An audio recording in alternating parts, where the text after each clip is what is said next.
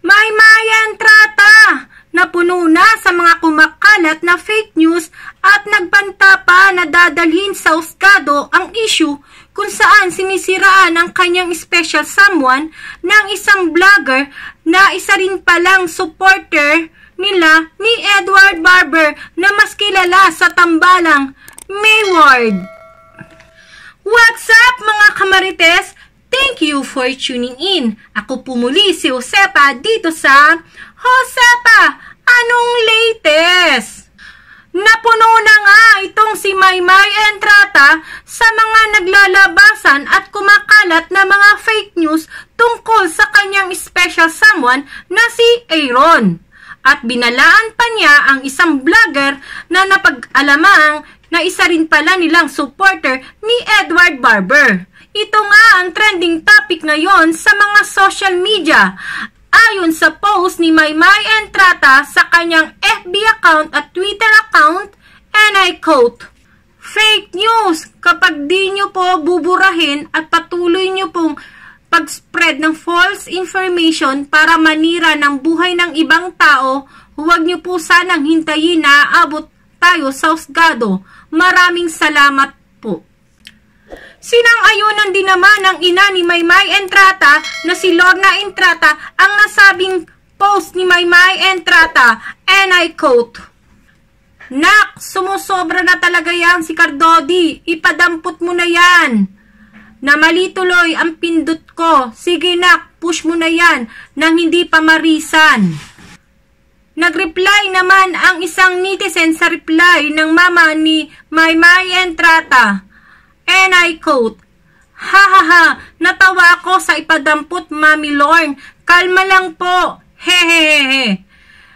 Nireplyan din naman ito agad-agad ng mama ni Maymay Entrata, "Ipadampot sa pulis, iha." At isa pang netizen ang nag-reply din sa reply ng mama ni Maymay Entrata, and I quote, "Isama nyo na rin po yung ibang matagal na nagpapakalat ng fake news. Lahat na po, wag lang isa." At agad-agad naman itong nireplyan ng mama ni Maymay Entrata, and I quote, "Hayaan mo, masusunod ang hiling mo. Salamat." Matapos nga mag-post ni Maymay Entrata sa kanyang Instagram ay pinakita nga niya ang sweet na larawan ng kanyang special someone na siyang kasama niya ngayon sa Canada habang ito ay nag-aaral ng acting na siya namang pinangalanan ng kanyang ina at pinsan sa ngalang Aaron. Hindi na nga mapigilan ang mga kumakalat na mga misinformation tungkol sa katauhan ng kanyang special someone na si Aaron. Kaya agad-agad itong pinasinungalingan ni Maymay Entrata at prinotektahan ang kanyang special someone na non-showbiz. At mukhang aabot pa sa demandahan ng nasabing video na kapag hindi ito dinilit ng owner ng video, ay kakasuhan ni Maymay Entrata. Agad-agad naman itong dinilit ng nasabing vlogger ang video sa kanyang YouTube channel.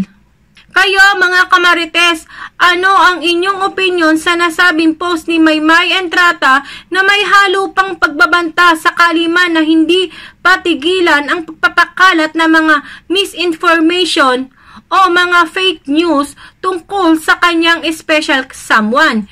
I-comment nyo na yan at ating pag-uusapan sa next video ko.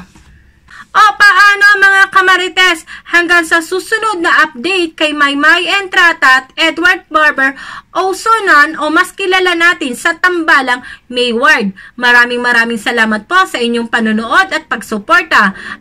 At huwag niyo po kalimutan mag-subscribe. I-click po ang ring button para lagi kayong updated sa mga latest video ko. O paano mga kamarites, salamat, hanggang sa muli, paalam!